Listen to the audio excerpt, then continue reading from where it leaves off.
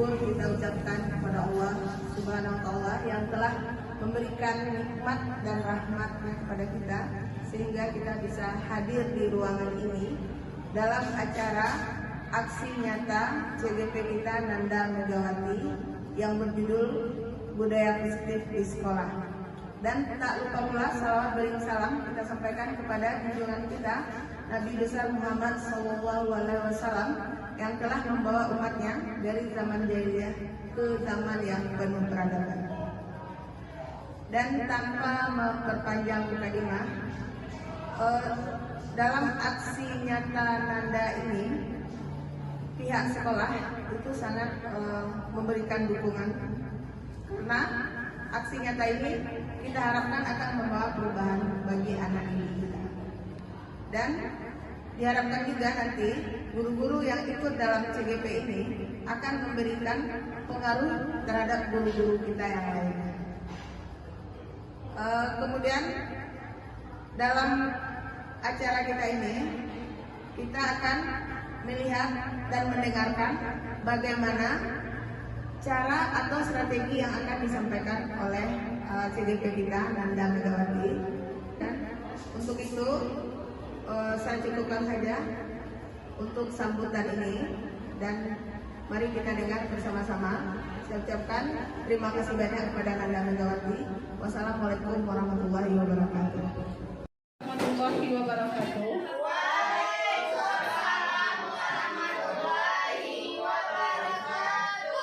Alhamdulillahirabbil alamin. Wassalatu wassalamu ala asrafil anbiya'i wal mursalin wa ala alihi washabihi rasulillahi ajmain. Amma ba'du. Puji syukur kehadirat Allah Subhanahu wa taala yang telah melimpahkan rahmat dan karunia-Nya kepada kita semua sehingga kita dapat berkumpul di labor kita ini. Salawat beserta salam tak lupa pula kita kirimkan kepada junjungan kita, yakni Nabi besar Muhammad Sallallahu Alaihi Wasallam.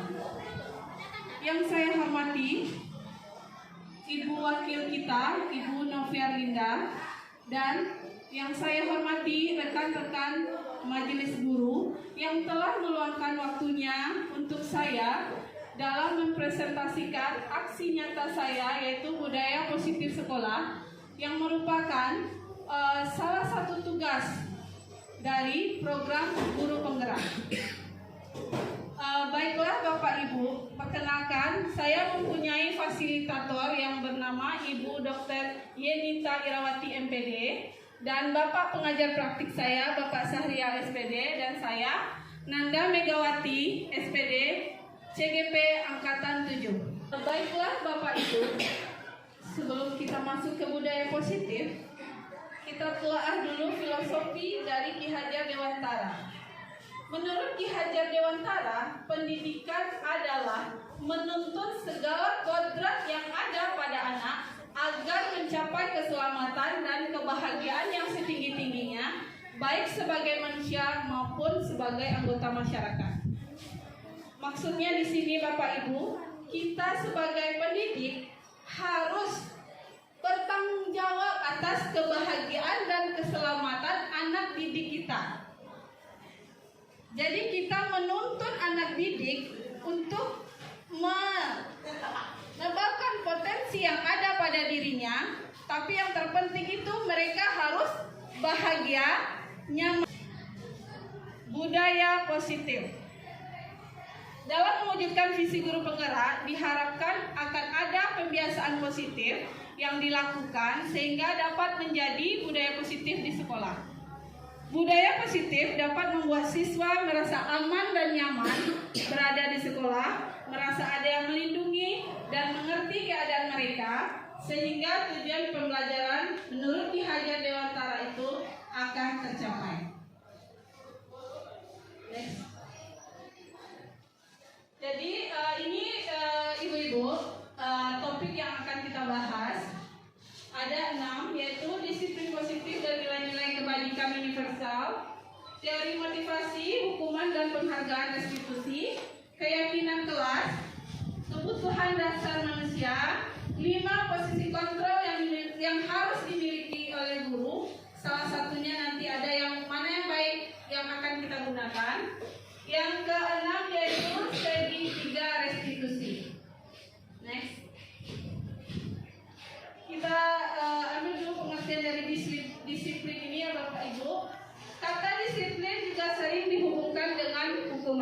Betul tidak, Bapak Ibu? Ya, disiplin pasti anak kalau tidak disiplin kelambe bisa pasti dapat hukuman. Itu tuh telah mendarah daging di ingatan anak. Karena menurut mereka disiplin itu adalah hukuman dan hukuman. Jadi padahal itu sungguh berbeda. Karena belajar tentang disiplin positif tidak harus dengan memberikan hukuman. Justru itu adalah salah satu alternatif terakhir. Kalau memang anak tidak bisa disiplinkan lagi, itu alternatif terakhir kita, ibu-ibu. Kalau perlu, tidak digunakan hukuman itu, dihilangkan. Gimana Bapak Ibu kebiasaan kita selama ini? Pasti memberikan hukuman. Oke, dalam budaya kita, makna disiplin dimaknai menjadi sesuatu yang dilakukan seseorang pada orang lain untuk mendapatkan kepatuhan. Kita cenderung menghubungkan kata disiplin dengan ketidaknyamanan.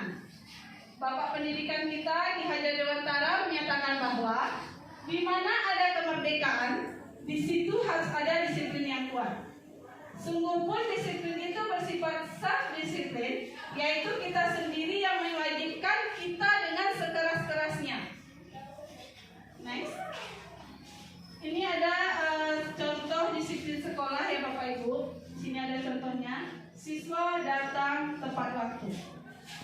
Sebelum pukul 7.25 WIB sudah berada di sekolah. Contoh perilaku menghindar dari ketidaknyamanan dari kepatuhan disiplin sekolah. Pada hari Senin, siswa datang lebih awal karena akan mengikuti kegiatan upacara bendera.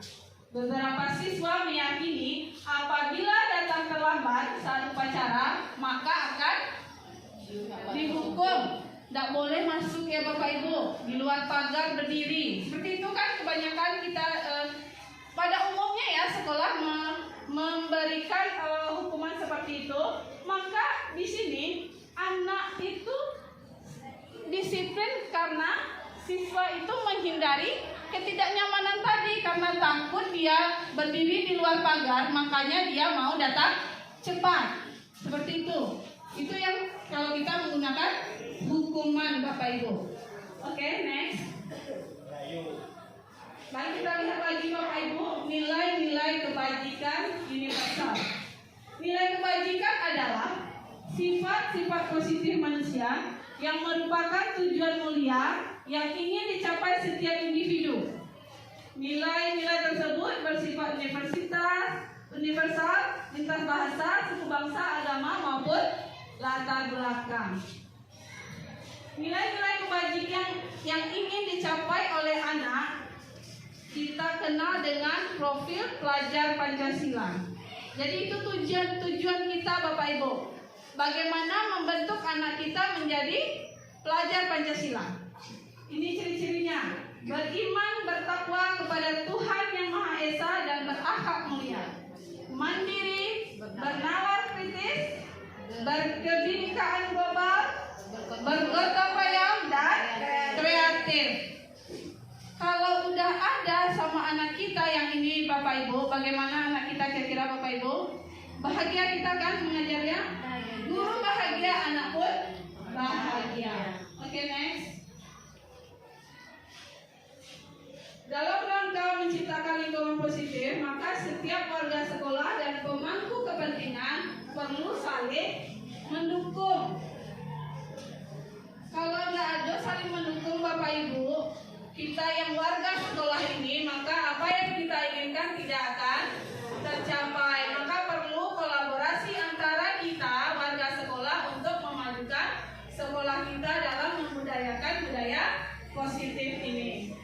Untuk mendapat tujuan tersebut, maka seorang pemimpin pembelajaran perlu berjiwa kepemimpinan. Maka kita terapkan, kita tanamkan dalam diri kita sebagai pendidik jiwa kepemimpinan tersebut. Oke, next. Motivasi perilaku manusia. Motivasi merupakan dorongan yang timbul pada diri seseorang secara sadar atau tidak sadar untuk melakukan suatu tindakan dengan tujuan tertentu. Mari kita lihat ini Bapak Ibu. Di sini ada 3: menghindari ketidaknyamanan dan hukuman, mendapatkan imbalan atau penghargaan dari orang lain, menghargai nilai-nilai kebajikan diri sendiri. Lihat ke bawahnya Bapak Ibu. Murid melakukan disiplin karena ia takut dihukum. Itu yang menghindari ketidaknyamanan. Murid melakukan disiplin diri karena ia ingin mendapatkan imbalan. Itu dia mengharapkan penghargaan. Yang satu lagi, murid melakukan disiplin diri karena dia sadar akan nilai kebajikan yang ada pada dirinya. Ini merupakan motivasi intrinsik. Ini yang harus kita tingkatkan pada anak-anak kita Bapak Ibu. Motivasi intrinsik ini jika ada pada anak kita, maka anak itu akan menjadi anak yang bahagia sudah pasti. Kita lagi mengacu kepada sesuai dengan profil pelajar Pancasila. Oke, next Bu.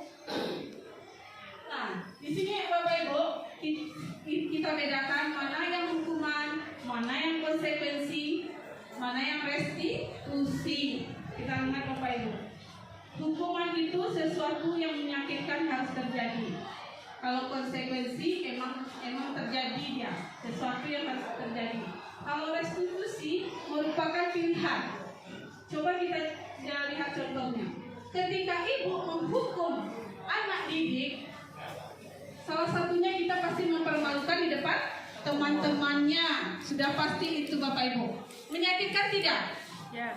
Sudah pasti. Kalau dia tidak bisa menghilangkan rasa sakit hati tadi di dalam dirinya, sampai kapanpun mau dia udah tamat bekerja, udah dewasa, pasti dia ingat akan itu. Apa dia bisa memaafkan kita? Belum tentu. Tidak semua orang bisa. Jadi Bapak Ibu, mari kita hindari untuk memberikan hukuman kepada anak. Konsekuensi. Kalau konsekuensi sesuatu yang memang harus terjadi. Misal anak kita menumpahkan air ke buku temannya. Mau tidak mau, ya dia harus menggantinya. Itu namanya konsekuensi. Emang itu terjadi. Restitusi ini merupakan pilihan. Bagaimana anak itu mengambil keputusan yang baik untuk dirinya. Secara sadar kita fasilitasi dengan baik anak itu. Kita tanya dengan baik kalau dia melakukan kesalahan. Kita tanya apa keyakinan dalam dirinya, keyakinan yang sudah kita sepakati atau apa yang lainnya. Jadi anak itu yang harus kita tingkatkan adalah motivasi intrinsiknya. Oke, next. Ini lagi Bapak Ibu, ada identitas gagal, ada identitas sukses. Di sini ada hukuman, ada konsekuensi lagi, ada restitusi. Ini contoh-contohnya Bapak Ibu.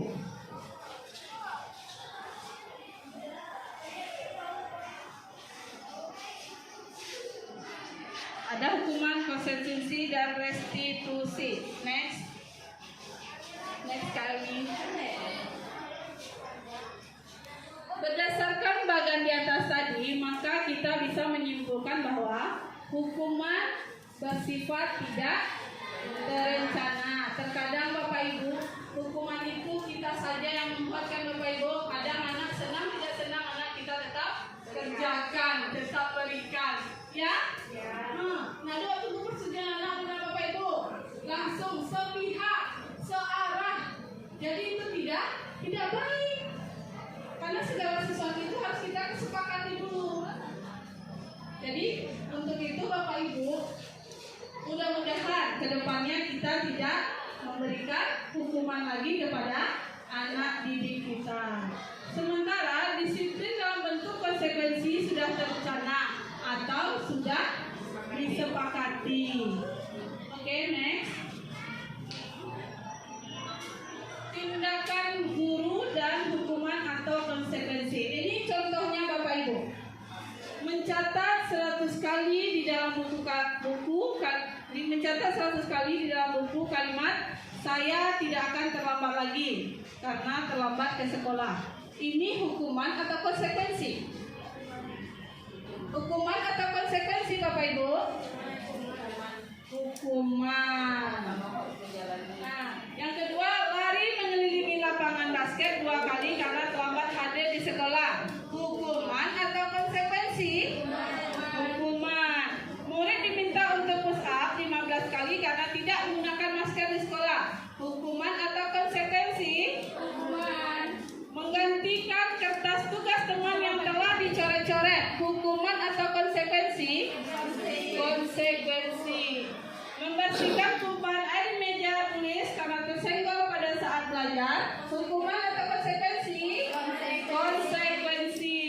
Murid disuruh untuk mengenakan sepatu seharian di sekolah karena tidak mengenakan sepatu hitam. Hukuman atau konsekuensi, Bapak Ibu? Hukuman. Konsep disiplin pendekatan restitusi. Sebuah cara menanamkan disiplin positif pada murid. Restitusi itu adalah proses menciptakan kondisi bagi murid untuk memperbaiki kesalahan mereka sehingga mereka bisa kembali ke kelompok mereka dengan karakter yang lebih kuat. Ciri-ciri dari restitusi itu adalah bukan menebus kesalahan, namun belajar dari kesalahan tersebut, memperbaiki hubungan, tawaran bukan paksaan, menuntut untuk melihat ke dalam diri, mencari kebutuhan dasar yang mendasari tindakan, dan menguatkan fokus pada solusi. Oke, next. Keyakinan kelas. Ini Bapak Ibu, keyakinan kelas. Mengapa tidak peraturan saja? Mengapa harus keyakinan kelas? Bapak Ibu tahu? Mari perhatikan yang 1 dan 2 ini Bapak Ibu. Mengapa kita memiliki peraturan menggunakan helm pada saat mengendarai kendaraan roda 2? Kenapa Bapak Ibu? Keselamatan. Untuk keselamatan. Yang nomor 2 Ibu, mengapa kita memiliki peraturan tentang penggunaan masker dan mencuci tangan setiap saat? Untuk apa Bapak Ibu? Tidak tertular virus. Untuk apa itu? Kira-kira untuk kesehatan. Jadi nilai-nilai keselamatan atau kesehatan inilah yang dinamakan keyakinan, yaitu nilai-nilai kebajikan universal yang disepakati secara tersirat dan tersurat. Next. Nih, bagaimana pembentukan keyakinan kelas? Lebih abstrak dari peraturan Bapak Ibu. Berupa pernyataan universal, keyakinan berupa kalimat positif, sedikit saja agar mudah diingat, sesuai dengan kondisi kelas dan sekolah. Semua siswa di kelas dilibatkan. Prosedurnya pembentukan keyakinan sekolah atau kelas itu mempersilahkan warga, sekolah atau murid-murid untuk mencurahkan pendapatnya, mencatat semua masukan dari murid, susun keyakinan kelas sesuai prosedurnya. Contohnya Bapak Ibu, contoh keyakinan kelas ini, Bapak Ibu ada di kelas membuat peraturan kelas atau keyakinan kelas? Ada ya? Kira-kira namanya apa? Kalau dulu kita tata tertib kelas ya. Kalau bisa sekarang diganti dengan nama keyakinan kelas. Karena keyakinan kelas ini bisa kita lebih positifkan lagi kalimat yang ada di dalamnya.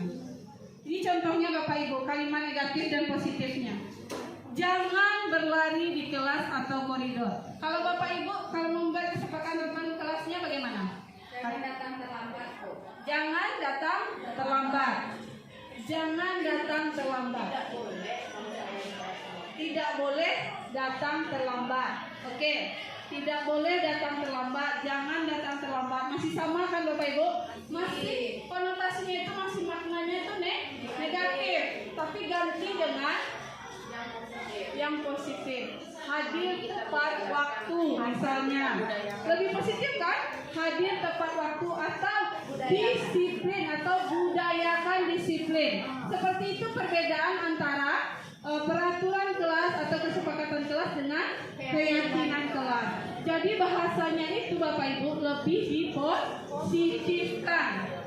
Next. Nah, ini Bapak Ibu kegiatan saya kemarin membuat keyakinan kelas dengan kelas binaan saya.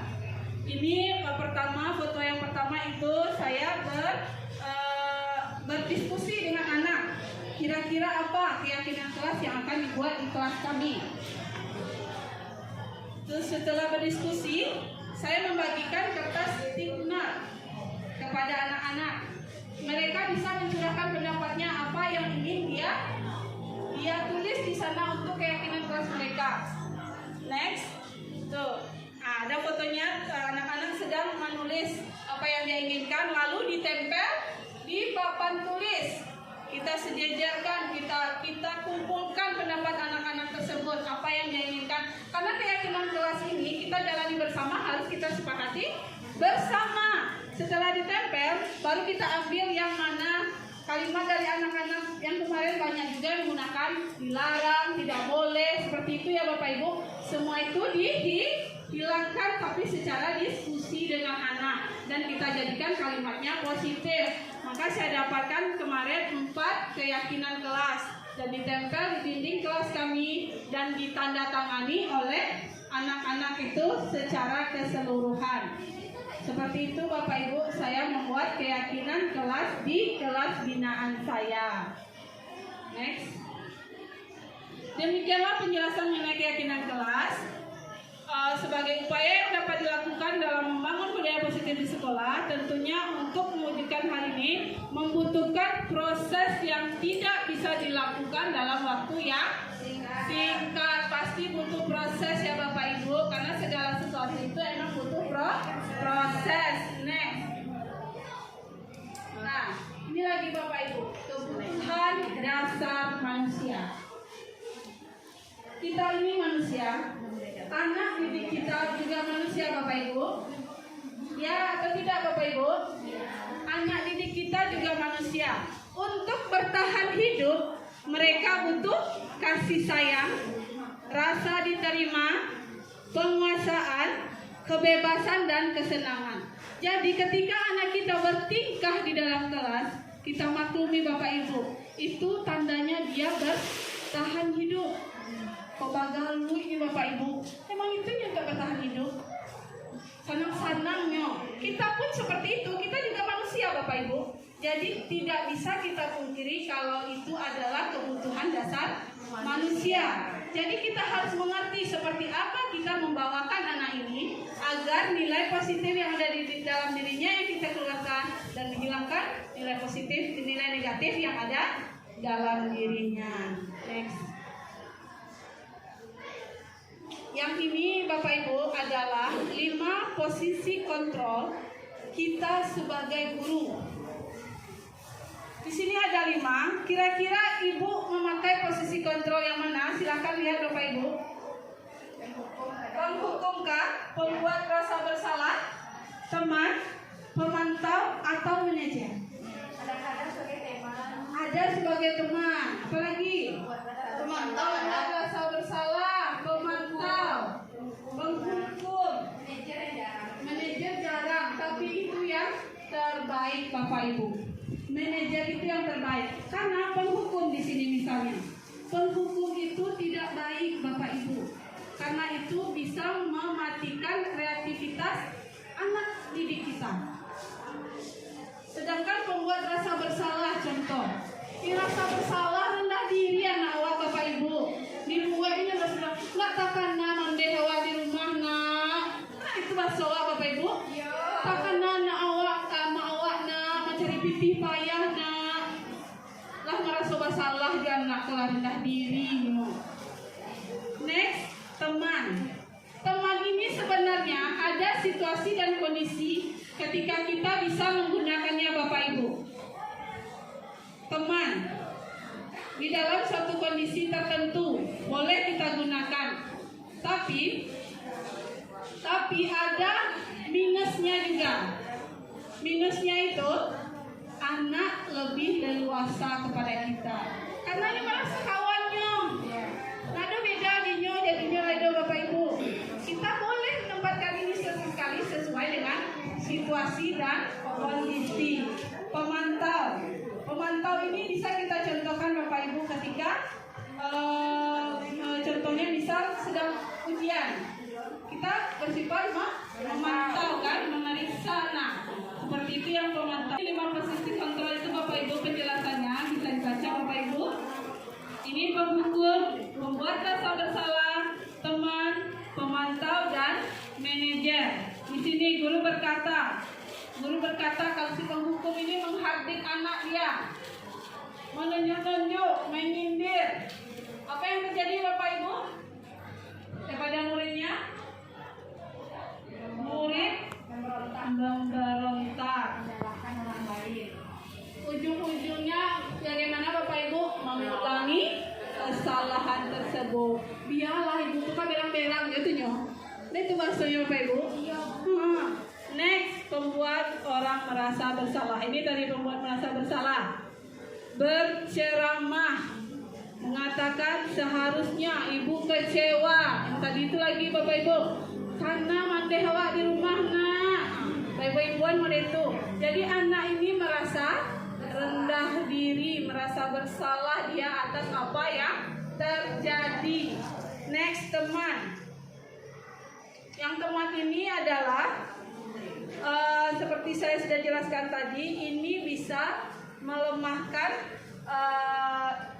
pribadi si anak, percaya dirinya juga bisa tidak mandiri dan dia juga tergantung kepada kita. Kalau pemantau di sini apa peraturannya katanya di situ. Jadi jelas ya kalau yang pemantau. Dan manajer ini mengajukan pertanyaan-pertanyaan dulu, ditanya dulu. Apa yang kita yakin, apa yang bisa kau kerjakan untuk memperbaiki masalah ini, menguatkan pribadi. Jadi si anak bisa mengevaluasi dirinya, bagaimana cara memperbaiki diri. Oke, next. Ini Bapak Ibu, segitiga restitusi. Segitiga restitusi ini adalah cara kita untuk menyelesaikan masalah peserta didik kita. Jadi Bapak Ibu, ini tadi menstabilkan identitas. Guru berkata, berbuat salah itu hal yang manusiawi. Tidak ada manusia yang sempurna. Jadi biar awak itu nak merasa bersalah karena Bapak Ibu, karena semua orang itu pasti punya salah. Next. Validasi di sini, kamu bisa saja kan melakukan hal yang lebih buruk, tapi kamu tidak melakukannya. Kamu pasti punya alasan melakukannya. Ini Pak tanya anak itu dulu Bapak Ibu, kenapa dia, apa alasannya melakukan kesalahan tersebut? Tidak langsung berang ada Bapak Ibu. Kita tanya dulu alasannya apa. Next. Menanyakan keyakinan. Nah, inilah Bapak Ibu gunanya keyakinan kelas itu. Kalau kita sudah membuat kesepakatan dengan keyakinan kelas, bisa anak itu ditanyakan. Kalau misalnya dia terlambat, ditanyakan, apakah dia ingat dengan keyakinan yang sudah disepakati, keyakinan kelasnya apa? Datang tepat waktu, disiplin sudah pasti ya Bapak Ibu. Jadi dia bisa sadar akan dirinya, akan keyakinan yang gitu, tidak perlu kita menghukumnya, karena dia tahu kesalahannya sendiri. Baiklah Bapak Ibu, ini kemarin saya membuat video segitiga restitusi dengan siswa. Di sini kasusnya kemarin siswa itu terlambat datang, maka setelah ini saya panggil, tidak dengan memberi hukuman Bapak Ibu, tapi saya tanya kenapa dia terlambat. Kenapa dia terlambat? Yang mengatakan karena begadang Bapak Ibu, main handphone. Dunia anak kita dunia medsos sekarang ya Bapak Ibu. Jadi saya tanya kenapa dia terlambat, karena begadang. Apakah dia tahu kesalahannya? Tahu Bu katanya. Dan dia tidak akan mengulangi lagi karena dia tahu, karena dia sadar dia telah memiliki keyakinan kelas. Nggak perlu dihukum lagi Bapak Ibu. Next. Baiklah, ini refleksi Bapak Ibu. Sepanjang yang sudah saya jabarkan tadi, apa-apa saja yang penting bagi kita sebagai pendidik Bapak Ibu yang sudah kita pelajari tadi apa Bapak Ibu? Membedakan antara hukuman, konsekuensi, dan restitusi. Yang bagus itu apa Bapak Ibu? Restitusi.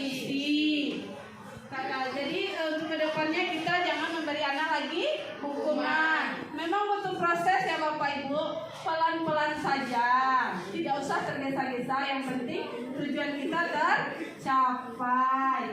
Yang kedua apa tadi lagi Bapak Ibu yang kita jabarkan? Keyakinan kelas. Membuat keyakinan kelas, membuat keyakinan kelas. Walaupun kita sudah punya ya Bapak Ibu, namanya kita belajar itu pasti kita punya kontrak belajar ya dulu namanya kesepakatan kelas kontrak belajar. Untuk sekarang kita ubah menjadi keyakinan kelas. Yang ketiga apalagi kita pelajari Bapak Ibu?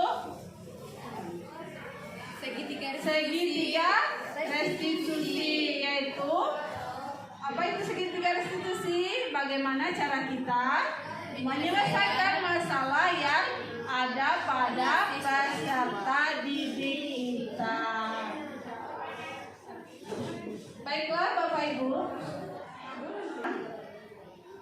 semoga apa yang saya sampaikan ini, aksi nyata saya ini, budaya positif ini bisa bermanfaat dan diterapkan di sekolah kita ini.